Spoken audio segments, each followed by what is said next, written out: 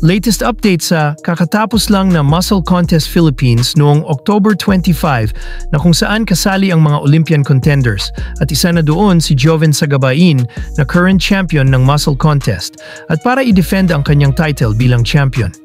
Ngunit sa pagkakataong ito ay natalo ang ating Pinoy Pride at nakakuha ito ng ikalawang pwesto.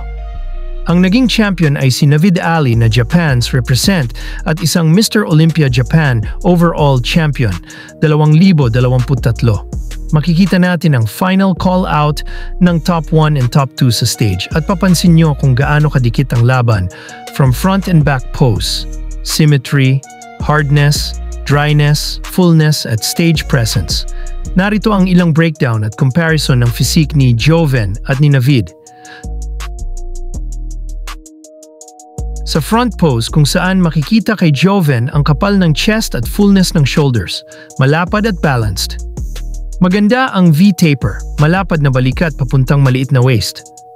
Ngunit pagdating sa midsection or ang abs ay hindi naging visible ang lalim at cuts ng kanyang abs kumpara sa naging midsection niya sa mga nakalipas na laban at medyo lumapad ang kanyang waistline.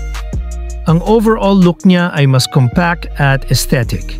May Filipino classic physique look, lean, proportionate at pleasing sa mata.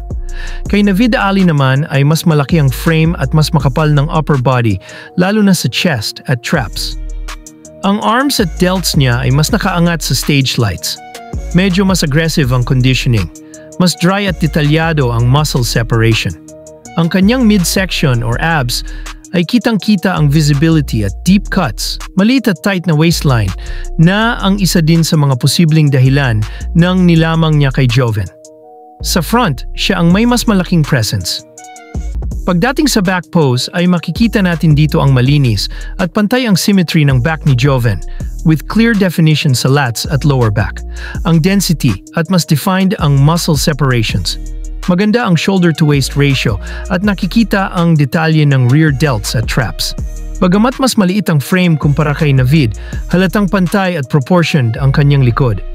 Ang kay Navid Ali ay mas malapad at mas makapal ang likod, lalo na sa upper lats at traps.